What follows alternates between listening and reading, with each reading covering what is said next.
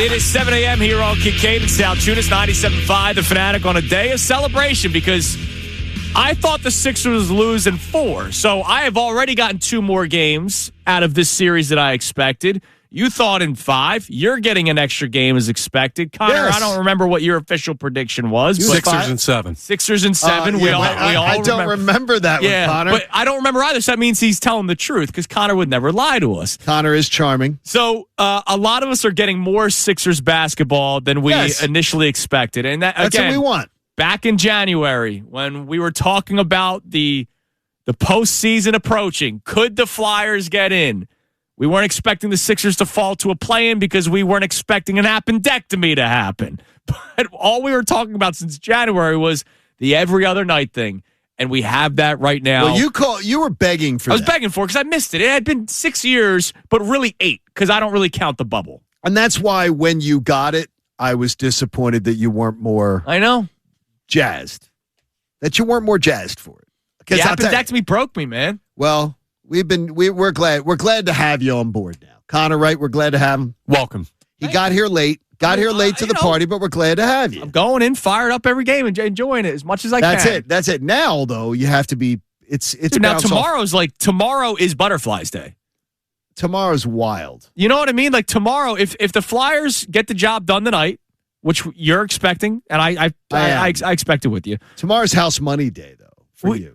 We go in like, all right, let's go, dude. Like it's House Money Day. Though. The Xfinity Mobile Arena is going to be insane tomorrow. Oh, the Sixers do such a good job. Matt Cord gets another game now, which that makes me happy because I was sad that Matt Cord's potential last game was a 32-point beatdown by the Celtics. And with Matt on a fixed income, we want to make sure that Matt, has a little money. He needs these. The other day he was eating cat food at lunch. Yeah, we felt really bad about that. He was eating a Friskies.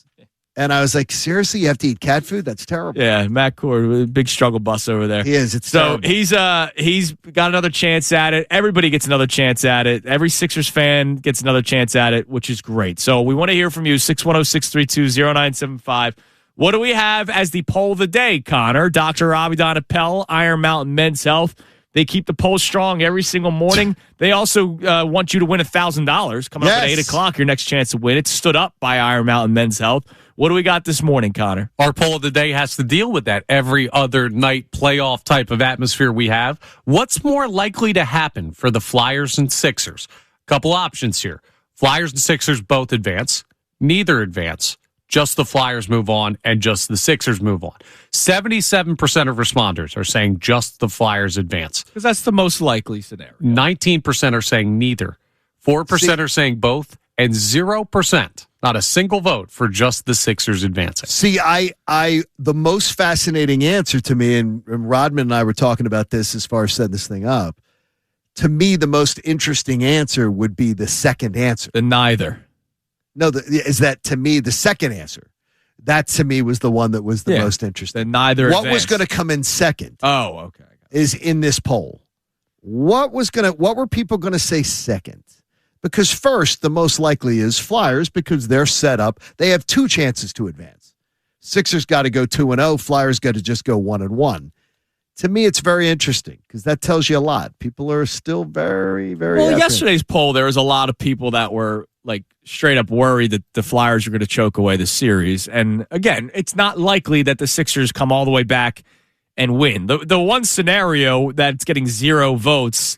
It should get 0 votes because you're talking about the Flyers. In this scenario, the Flyers blow a 3-0 series lead to lose in 7, and the Sixers storm back being down 3-1. Correct. To win in 7, right? Like, correct. So I don't believe that happens at all. That should not be the scenario we're talking about. I'm not surprised that nobody's voted that one. That should be the scenario. But the second answer to me was the most fascinating. Yeah. What were people going to say as the second choice?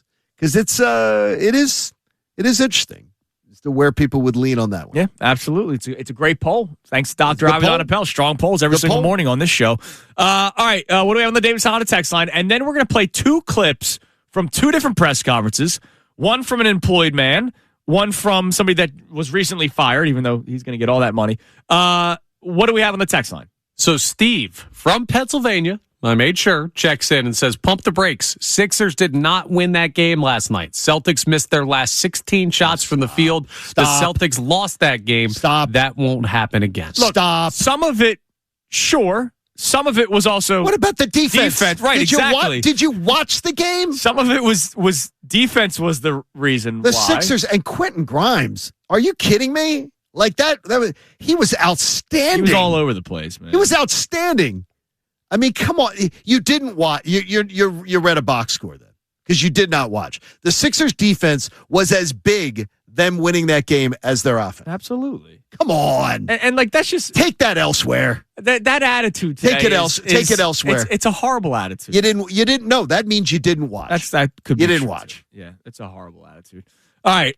After the Sixers win yesterday, Joel Embiid was at the podium. We already played the clip from Tyrese Maxey, which was a great clip about how he was just tired of getting out rebounded. So he said, damn it, I'm going to be the guy that gets the rebounds, even though I'm only 6'2". Joel Embiid takes to the podium yesterday, and you know how I feel about the big man. I love him, right? Like, yeah, you're obsessed. I almost named my son Embiid Salchunas. Like you're obsessed with Joel. It was close. Christy didn't really go for it. It's all that cosplaying. It's all the cosplaying. Yeah, I put it to that. I love the man. I was at the first game when he blocks Russell Westbrook. Like ride and die with Joel Embiid. As I've said numerous times, I'm going down the ship. Right, you are. And so he goes out there, and in the second half, he's vintage Joel Embiid. There's 7 of 10 from the field. He's dropping dimes. He's grabbing boards. He's doing everything. He was outstanding. Going, geez, like appendectomy, really? Like not like MCL or any of the other injuries that have plagued him over the years. Hell, not even a third orbital bone fracture. Maybe don't list any of these right now. Please stop saying stuff. All right, we get it. He is. Joel Embiid is the reason they created WebMD. Right. It's unbelievable. Could you just stop? Dude, I'm serious. I joke around about it, but I'm serious. I've learned more about the human body from the Philadelphia 76ers and their injury reports than I did in school. One I don't really pay attention to is school. The other I do, injury reports in the Sixers. So here's Joel Embiid after the game yesterday with just one of those open your heart answers about everything that has gone on and him still playing the game of basketball. One thing about me is, I've dealt with a lot of stuff over my career. I don't complain. I just want to give as much as I can. Every single time I step on the floor, I know a lot of people might have takes of, that I might be lazy or whatever, but, every single time I'm on the floor, I want to play as hard as possible. I want to do whatever it takes to win a basketball game, whether it's on offense, on defense. I just want to play basketball, whether I'm, good physical, mentally shape or whatever. I just want to enjoy these moments, just being part of a basketball team, that's trying to accomplish something, and that's to win every single game. And it's just you feel for him, right? Like I do. You have to. Like I feel for the guy, and I know there are moments where he brought it upon himself, and I will never run from that. That's right? why I do not feel for him. That's why I do not. Because some of it has been just as much self-inflicted as it's been otherwise. So I don't. It's like just go about your business, and I'm proud of you for doing it. I'll give you the praise that you do it, but I'm not going to sit here and be like that because then it requires me to forget all the what ifs because of your own malpractice. Yeah. So I'm no. But you would agree that the most recent stretch. Well, no, but I'm not going to forget the whole appendectomy. Jonathan Kuminga falls on his leg. I'm not going to forget the whole. I'm not going to forget the whole body of lack of work. I'm not going to forget that. I'm going to remember the whole thing. I told you, it's like Betty would tell me, if you live long enough, you're going to go to funerals and you're going to sit at the funeral. My mom would go, I have to pick up the little brochure and look at it and go. She'd hear the eulogy and go, wait a minute, whose funeral am I at? Right. Because I hear a story about somebody that I don't recognize. You're supposed to be, the eulogy better be. And she warned us. She goes, you better, if you're going to eulogize me, tell the story who I really was. The good, the bad, tell who I really was so people know who you're talking about. It's a whole story with him. And that's why, praise him for what he's praiseworthy about. And that's what I'm doing. And he's been great. This is great. He's been fantastic. And what a comeback. What a comeback right now. And hopefully it continues. Yeah. But I can't do I I can't look at him in any way as a victim. No, I can't. I can't muster it. Well, because that's what it is. Not at all. No, I can't, because so much of his career. Because then I'm going to look at the rest where I go. There's a lot of.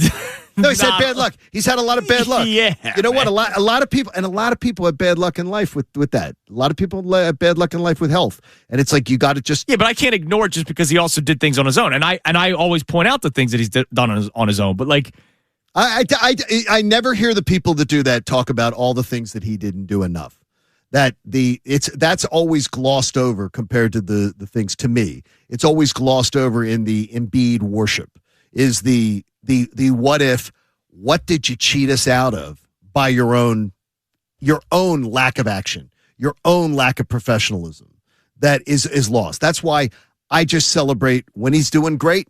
Celebrate what he's doing great and keep it to that, right. And keep it going. I'll feel for him. He's good. You can feel for him. Connor, if you you'll want. feel for him. You guys can feel for him. And look, you're not alone. I know there's a lot of people that don't feel. Yeah, for I mean, it's him. like There's I people can't. that literally call him soft. And but soft crazy. is stupid. No, soft is stupid.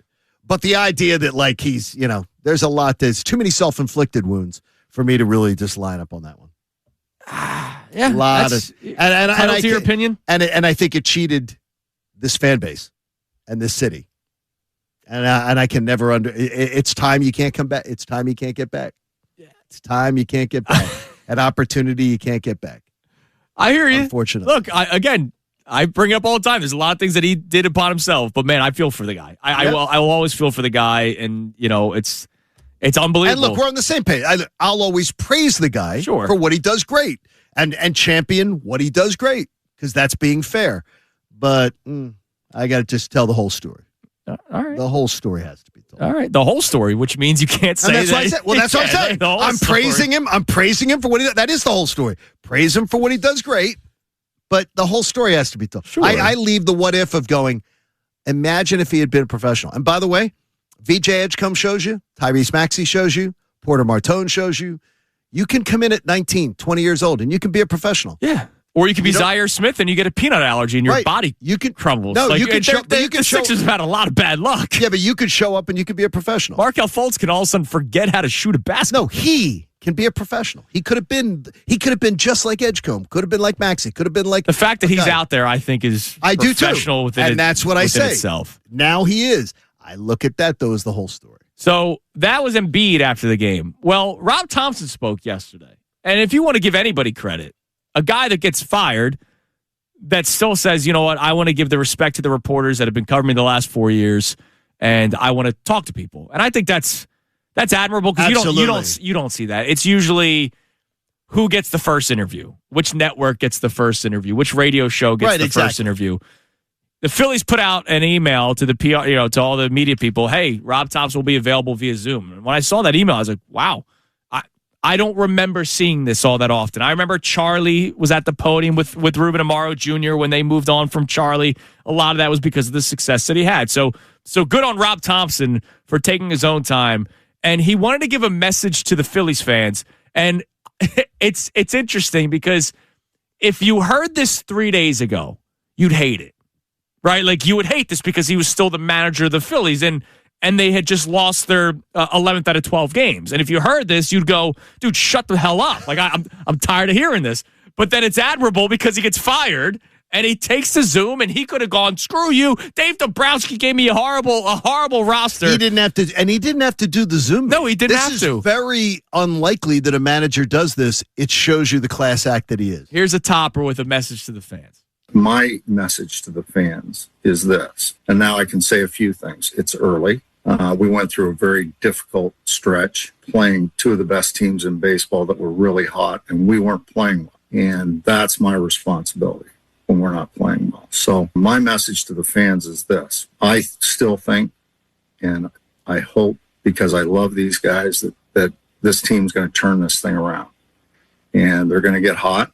I have a bunch of different reasons why, but one is the fact that there's a lot of talent in there. And if you look at the back of the baseball cards with these guys, usually they reach those numbers by the end of the year. So I think that they are going to turn around. I mean, that's admirable because he could have went scorched earth, which you knew he wouldn't. Like, no, he knew he wasn't going to. But again, with the it's early stuff, His answers remain the same. His answers remain exactly the same. Well, he clearly believes it if he's not even the manager of the team anymore. No, and I think that's the reason that that's why you needed a new voice. Sure. Yeah. That's why you need a new voice, because he's going to keep saying the same things over and over again and get the same results. Here's the thing. I never thought Rob Thompson's message was wrong. A lot of people treated it like he was incorrect. I don't believe that's the case. I just don't think that it was the right message for where this team is at right now. It's not that he has this major deficiency to read anything. It's that he's so stable that when you're in a high-pressure environment like this with so much on the line and they're struggling early, that doesn't play anymore. So he's going to stick to that because I believe he firmly 100% believes what he says when he's behind a microphone. It just wasn't playing with what the team needed. They needed a change. And again, it didn't have to be Rob Thomson. It could have been Kevin Long, it could have been anybody. They needed something to be like, hey, you guys stink right now. And as we've talked about numerous times, Rob Thompson's messaging wasn't all that great, right? Doing the whole, it's early, it's fine. Sure, 3 weeks ago, but like you lost 11 out of 12 games. And I think you're right, Connor. I think he does believe what he says, but there's a lot of people who are like, bad executives are not great at their jobs, who their philosophies are not good. And they believe what they say. They believe their plan is good. They believe their thought process is good. And it's not. It's not a solid thought process. Yeah, I just don't think it's a bad philosophy. I really don't. I just don't think it's like the Dombrowski Good Club thing. He's not wrong, but it's not the time to say it. Right. And it's not what this team needs right now. You can't lose the playoff series to the Dodgers and come out. You can't and say we're one pitch away, one hit away. If it was Game 7 of the NLCS, fine. Like if Dave Dombrowski said that Game 7 NLCS, Kirkering has the throw, you're right. He said it after they won one game in a playoff He series. made it sound like the Dodgers were whoof. Yeah. Whoof. And guess what, Dave? Every time somebody beats you in a playoff series, they say nice things about you. This is really like, because it seems like Dave, who is a baseball Hall of Famer, maybe doesn't understand that when a team beats you in the playoffs, they say nice things about you. Yeah, Dave Roberts was scared of it. They say really nice things about you because they're not going to go, man, the Phillies just gave that series away. They're a bunch of idiots. Which they did. And a lot of that was managerial, too. The manager had a horrible series. He had a really bad series. Had a horrible series. Horrible. It was bad. And I didn't want him to have another chance at it. Now, this one is interesting. One of my favorite clips from yesterday has nothing to do with it has to do, but it wasn't Rob Thompson speaking. It wasn't Dave Dombrowski speaking. Dave Dombrowski just made me sick to my stomach again. What else is new? Don Mattingly, Donnie Baseball, who a lot of people wanted to take over on opening day. Oh, Donnie Baseball. He's got to be a great manager. It's Donnie Baseball. You could look at his track record. Not all that great, but new voice. That's what a lot of people wanted. So I knew nothing was going to really change with the lineup. But I was just wondering, John, I was refreshing Twitter constantly yesterday because I was like, all right, what's the Phillies lineup going to be? Is there any sort of tweak? Like, do we just see one guy move up 2 spots, one guy move down, whatever? The lineup comes out. It's Turner, Schwarber, Harper, Garcia, Marshall, Bohm, Crawford, Marchand. It's the exact same lineup. And I'm like, all right, so they're not doing anything. The only thing that they're changing is who's putting the lineup out there. Here's Don Mattingly when he was asked what he will do differently. I don't know if I'm a whole lot different than Rob, honestly. I trust players. I believe in players. I like players. But I want us to play better baseball. And honestly, over the last 4 games, I'd say I felt like you could feel the tone in the dugout. The fight in the at-bats was going where it needed to go. I'm not sure that it doesn't go just the way it was going and we all of a sudden catch fire. So we're capable. The one thing I think that even though we haven't played, 10 games under, the fact that we have the number of games that we have left is a matter about getting us on track. What's happened in the past to this point, we're not getting back, right? Those games, we're not getting them back. We're not getting losses back. We're not getting mistakes back. Anything that's happened, we're not getting it back. Our season basically starts, we have to move forward. In this game, I've said it so many times over the years as a player, you got to turn the page. Even if it's going good, you got to turn the page. You can't just assume it's going to go good. You have to make it go good. It's very similar, just different cadence, different tone, and maybe that's all the Phillies needed.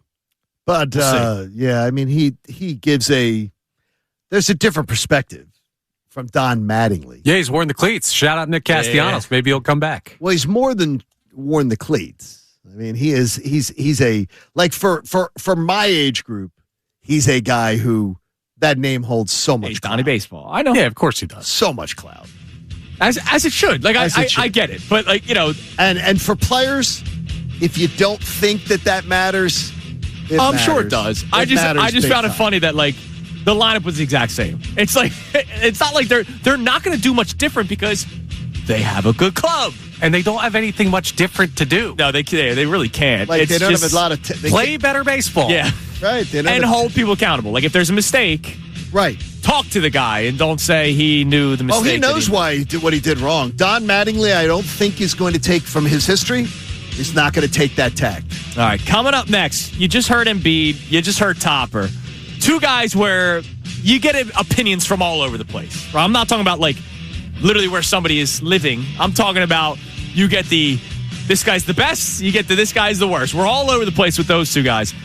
What are some of the biggest misconceptions in Philadelphia sports right now? If you want to start sending some answers now, go for it. We'll discuss it next. Kincaid and Sal Tunis, 97.5 The Fanatic. Kincaid and Sal Tunis, 97.5 The Fanatic and 97.5thefanatic.com. 97.5 The Fanatic and 97.5thefanatic.com. It is 7:30 here on Kincaid and Sal Tunis, 97.5 The Fanatic, on what continues to just be busy day after busy day after busy day in Philadelphia sports. We're very fortunate of it, Johnny, because we get to talk about it.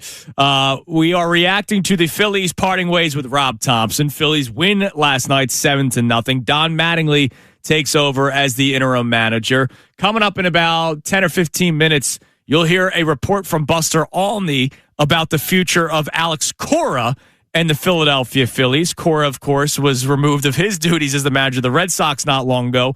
Buster Olney will be able to further that report when he joins us coming up at 9:05. We have Adam Schefter at 8:05. This is still in the days removed from the NFL draft, which we got to react to last week. We have Sixers and Flyers playing in playoff games. Sixers force a Game 6, Flyers Game 6 tonight. It's unbelievable. One thing after another. And then there's going to be a moment in June where there's going to be a nothing. Don't say that. Don't say that. Don't jinx this. The Phillies will have created their big comeback by then. That's true.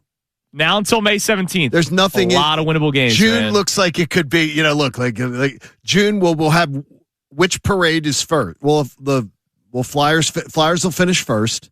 Yeah. So the Flyers parade will be first. And then the Sixers parade. Then the Sixers parade. And we'll be on both floats. What else? Then we got Price is Right. Price is Right. 2 weeks from 2 months from today. World Cup, All-Star Game, Home Run Derby. In case you guys don't know. Okay, now that's July. That's July. Yeah, we'll get there. So we'll get there. And so it's all going to come together. We got lots of stuff to look forward to. Let's just keep this going. All right, let's get some text messages here at 610-632-0975. And then I want to talk about if there's one, like the number one misconception that you hear in Philadelphia sports right now, because I got a response on Twitter yesterday that I can't wait to read to you. And it just goes to show that sometimes people aren't paying attention but have an opinion. But what do we have on the text line? I'm going to veto the text line because we need to get people gassed up, and we have Flyers voice memos. Oh, we do. All right. I did ask for the voice memos. We need sickos back because sickos. Games 4 and 5, we were like white collar. Let's wear our suits and ties. Like, no, let's go. I need sickos back. What do we got? Dan in North Jersey will lead us off. Hey, boys, Philly, come on. Let's get up. This is the day. It's over today. Let's not walk in there into the barn with nerves. We need noise, and we need to turn that barn into a tomb that suffocates this Penguins franchise forever. That's right. My dog can't take it. I can't take it. None of us can take it. End it today. I love you, Dan. I love you very much, Dan. And that's our first sicko of the day. We need more of that. We need more of this sicko energy. in the most in a loving way terms. Oh yeah, dude. I've called this city in the most loving way possible one of the most psychotic cities I know when it comes to sports, and I say that with love. and appreciation and admiration. All right, I need more of that. All right, misconceptions. So last night, the lineup comes out yesterday. Okay. And I put out a tweet saying, not that I was expecting much of a difference, but I love how they fired the manager, just put the exact same lineup out there that has his team 9-19. And this guy, Jack, responds to me. Garcia, Marsh, Stott, Bohm, Crawford, all in the lineup. How many times has this happened? And I responded with, literally every time there's been a right-handed starting pitcher going up against the Phillies. Literally every time. And so one of the misconceptions is a lot of, look, I get it. We were looking for a change. Was that Rob Thomson had no idea what he was doing. And this guy's complaining, well, Rob Thomson never had this lineup. Yes. He did. Literally, they have platoons this year. He did. And you can't say that then Marsh and Stott should play more often when they can't hit lefties. And then we complain about that. So to me, one of the misconceptions going on right now is that Rob Thomson had no clue what he was doing. All right? We've talked about the people calling Joel Embiid soft. That's a total misconception that I don't know where people come from. That they must just not be paying attention. Do you have anything right now in sports, in Philadelphia sports, that might be the biggest misconception in the city? Misconception. That it's hard because it's a I would say it's that from people that I talk to close to the team, Nick Sirianni does nothing. Right. That's a good one. Because I've just heard from enough people. And by the way, a few of these people have corrected me on things that I've said on the air, saying, you sound a little dismissive of Nick Sirianni because I can tell you that he does this well. Sure. He does this well. So it is in the process of them correcting me that they say to me, Nick Sirianni does more than you give him credit for. Be sure to give him a little more credit. He really does. He does a lot. So I think that might be one. And look, misconceptions could be from some sort of belief, right? Like anybody saying that Nick Sirianni, what does he do around here when the offense is spiraling out of control and he's supposed to be this offensive coach and they can't figure out ways to save it. By the way, that is also factual. Right, like that's... Because we've seen that twice. Yeah. But then when it carries off into he doesn't do anything, that's where it's the bridge too far. Rob Thomson deserved a lot of the criticism that he got, especially following that postseason series with the Dodgers. Joel Embiid deserves a lot of the criticism that we get. It's more so a lot of people, not we, not all, a lot of people go one step too far. Right, like this guy doesn't know what he's doing, or this guy stinks, or this guy's soft. Connor, do you have one right now? Yeah, I'll go to the Sixers, and I'll go with two guys. Nick Nurse and Daryl Morey, people treat them sometimes like there's absolutely no defending the job that they've done. Yes, and I'll bring up another example that I brought up a couple of times. A couple of weeks ago when Johnny Marks said, look, they should move on from Morey and rebuild, my first thought was, well, you said rebuild around Maxey and Edgecombe. Who's the guy that selected Maxey at 21 and picked Edgecombe over Ace Bailey when a lot of people wanted Ace Bailey? The guy that you want to move on from. Yes. I'm okay with it. Don't get me wrong. Like if they move on from Daryl Morey, like, hey, you did what you could do. Daryl, there was a lot. If you do one of your T charts, Daryl has a lot of stuff in the good column.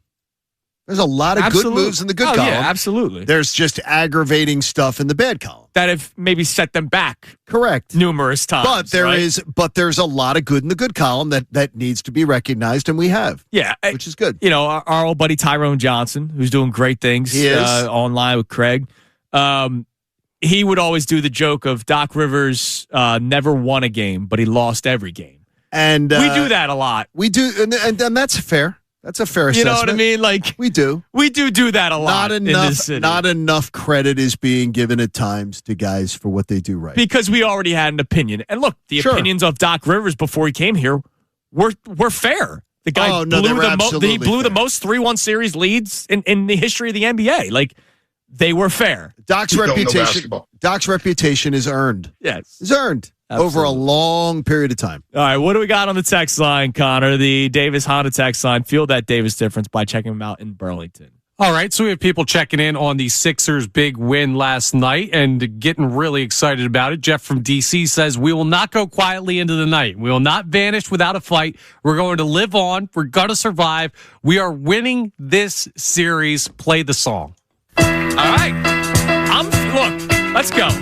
If that's your mindset, your mentality, we need more of it. I didn't bring it for you guys. And I'm sorry. I was hurt. All right? So if Jeff from DC wants to say screw it, they're win the series, play the song, then screw it. Play the song. Okay, how do you answer this from Tonio? All right. I really believe Chunas has sounded more like a Embiid fan than a Sixers fan. I love Joel Embiid. I love the Sixers. But he's more talking about your enthusiasm for this playoffs. The Sixers, if Joel Embiid doesn't have an appendectomy, the Sixers are not playing the Celtics in the first round, and I think they beat Cleveland when they traded for Harden. What I don't even think we talked about on the air. No, what did I say? Very much. You thought Cleveland was much more vulnerable. They slowed down the pace, which benefits who? A guy that sometimes needs the pace slowed down. Yes, for. Exactly. So, look, and you thought that made them more vulnerable. I was telling you guys all along for months, you wanted to play Detroit. Yeah, I know you. Are did. we now seeing that? We wanted to play Detroit?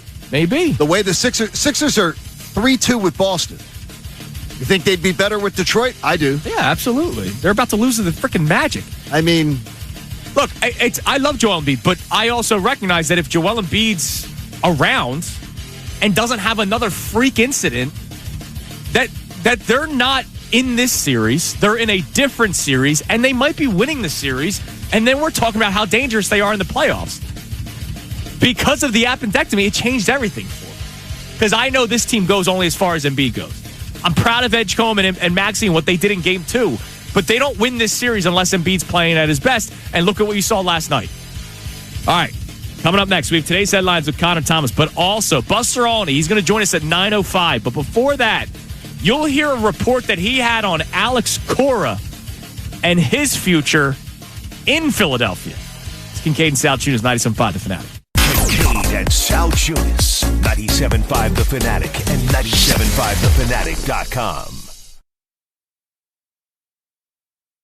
97.5 The Fanatic and 97.5thefanatic.com. 7:47 here on Kincaid and Sal Tunis, 97.5 The Fanatic. We just got into a conversation about misconceptions, the biggest misconceptions in Philadelphia sports right now. Neil on our YouTube chat.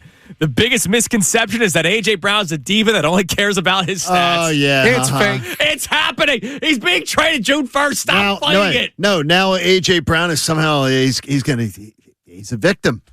The victimization of now it's going to be, A.J. was the victim in all this. A.J. wasn't the diva. Yeah, media ran him out of town. You know it's coming, man. Diva. How come you don't have a countdown clock for the day A.J. Brown's traded? I know you June have 2nd, all your. we'll be there. You have all your apps. I do. Let me just check. Add that one on there. I'll add that. A.J. gone. June. Well, wait. I don't understand this. It's after June 1st, though, is the day the deal can come down. Yeah, right? it could be June 1st or June 2nd. Why would they wait till June 2nd? Like, why wait till June 2nd? The Phillies waited an extra day for Rob Thomson. You know, maybe they just want to wait an extra day. Who knows? All right. Before we get to today's headlines, yesterday, speaking of Rob Thomson fired. A lot of talk about what the Phillies are going to do next. Don Mattingly didn't totally want to be the interim manager. He is because Alex Cora said no. Mm-hmm. Now, did he say no, period? Or did he say no, but maybe down the road? Buster Olney's going to be joining us coming up at 9:05. Here was Buster with Kevin Nagandi on SportsCenter last night. Who could be the next Phillies permanent manager?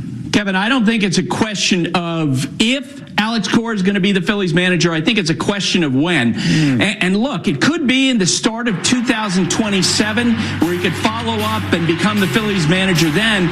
But there's nothing that's preventing both sides to revisiting this later in the year.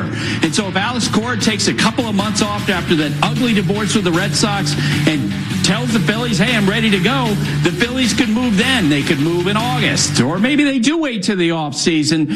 It was really, I think, important to remember that Don Mattingly's got 12-year managing the big leagues, and for him to get an interim tag, that tells you the Phillies are leaving the light on for Alex Cora. If you do, though, if the Phillies turn this thing around, You're not moving off. Yeah, that's my one thing. And when we talk to Buster, like, let's say the Phillies. Let's say they turn this thing around and it starts to get interesting. Hey, Don, thanks. You pat him on the head. You're not gonna say, Don Mattingly, good job, thanks for saving the season. Now we're gonna go to. Yeah, no, I think Don Mattingly, if he turns things around, he's talking about August. He mentioned the month of August. Like, you can't do that, and so you're not doing that. And if it doesn't turn around under Don Mattingly, then you're not bringing in Alex Cora to put a toe tag on the corpse. I'll be back later. Don't you worry. Yeah, I'm going to enjoy counting my money, relaxing, and taking the summer off. And by the way, it's going to be longer than the summer because you're heading into a lockout. Yeah, he said 2027. It's going to be a lockout. Yeah, we'll see. We'll ask Buster later. You'll see what. Hey, how we feeling about 2027? What do you mean? You think he's gonna come in? No, I'm just saying, we'll see. Buster says it's a possibility. I'd imagine no team has ever won the World Series with 3 different managers in the same season. So I don't think that's really a recipe for success. I wouldn't think. Yeah, I don't think so either. But you know what is a recipe for success? Well, today's headlines are Today's headlines with the Connor Thomas. Don't let me down. I was thinking more toxic stew. I was thinking. Today's headlines is brought to you by Lundy Law. For over 70 years, Lundy Law has been fighting for injured people. If you need them, remember the name Lundy Law, your injury lawyers. Visit LundyLaw.com. That's LundyLaw.com. Well, the good news is, even sometimes the biggest, dumbest mistakes can have excellent special outcomes. Your hiring is one of them.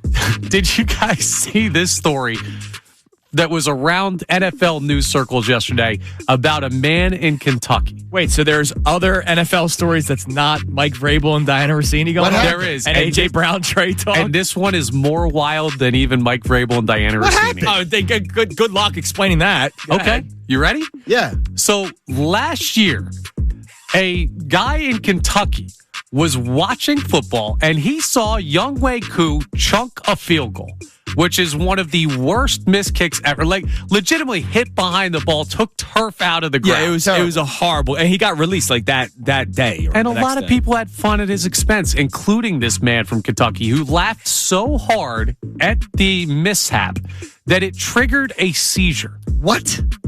He then went and sought medical attention, and he actually found out that he had a tumor on his brain that they removed, they would not have caught if he did not have this incident. So laughing at the Younghoe Koo missed field goal, this man now believes saved his life. He had a seizure from laughing so hard. Well, the brain tumor obviously caused the seizure. Yeah. But that's unbelievable. It's a crazy story, That's beautiful, though. Finding out health stuff, dude. Remember the Dorenbos story? Yeah. The Eagles trade John Dorenbos to the Saints. He gets the physical, and they find that he's got like a life-threatening sort of heart condition. All I remember is Connor at the In What World? At the John Dorenbos medical the magic show in Vegas. But here's the thing. We've all been trying to figure out why Howie Roseman has such confidence in Jake Elliott. Missing field goals is important. Health-wise? Sure. We're saving lives out here. He's actually hurt my health a little bit, Jake Elliott, recently. But yeah, all right, I get what you're saying. Maybe he's going to save somebody one day. You never know. The NCAA tournament is trying to save the seasons of a lot of other teams. So college basketball has put the wheels in motion to move it up to 76 teams in the tournament. Gosh, Your guys' so thoughts? Stupid. What are they going to do? They've turned March Madness into April Madness now, which already sucks. They've taken it and they pushed it into April. So 10 more teams are adding? Was that the math? 68. No, it's 60. It's 8. Yeah, 8 more teams. All right, so 8 more teams. So 8 more teams that won't win. It's so ridiculous. It's a social welfare system that doesn't need to exist. 4 more games for why? Money. That's play-in games. Yeah, but play-in teams have had a lot of success. Elite Eights. Yeah, but one of the other things that we've talked about, play-in teams, they should not have play-ins for the 11th seed. Like, if you're good enough to play for the 11th seed, you should not be having to play for the 11th seed when there's 14, 15, 16 seeds that don't belong. And so now you're adding, and what? Is it going to be a play-in for, like, the 7th seed? Like, of course they have a shot of winning because they're toward close to the top 10 seedings in their region. It's such a dumb. I hate it. If they do it, I'd rather see them do it for the mid-majors than get a whole bunch of other like major conference teams. Like I'd like to see other teams get their shot, but I was also very happy with the 68 team system. How about having a mid-major tournament and having a major tournament? Yeah. We'll see what they end up doing with the structure, but the wheels are in motion. One other thing, it may be good that the Sixers are not matched up with the Pistons in round one, because we may have stuff on our conscience if the Sixers were beating the Pistons. What? Their fans are down bad right now. So? And blood is almost on the hands of the Orlando Magic. Pistons fan Curtis Lewis III took to Twitter and said that he's having such a bad time watching the Pistons that for perspective, he's going to choose to waterboard himself instead. So you have Detroit Pistons fans. He took a video. I guess he had a buddy over and he had the towel over his face in the shower. They're choosing rather than watching the Pistons play basketball to waterboard. I don't feel bad for him. Detroit's won more recently than the Sixers have. Deal with it. You want to talk about pain and suffering? No, I don't feel bad. The Pistons just sucked for a long time and then they got good. The Sixers. It's been, and they got that one title thrown in there. You want to talk about torture?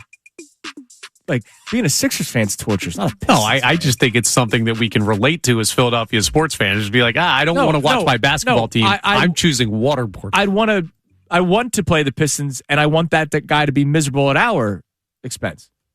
Jerk. Well, I don't want my basketball team to cause anyone to be waterboarded. No, he's waterboarding himself. I'm okay with it. All right, I'm all right with it. It is a Wednesday morning. It is a Shefty Wednesday. Adam Schefter joins us coming up next.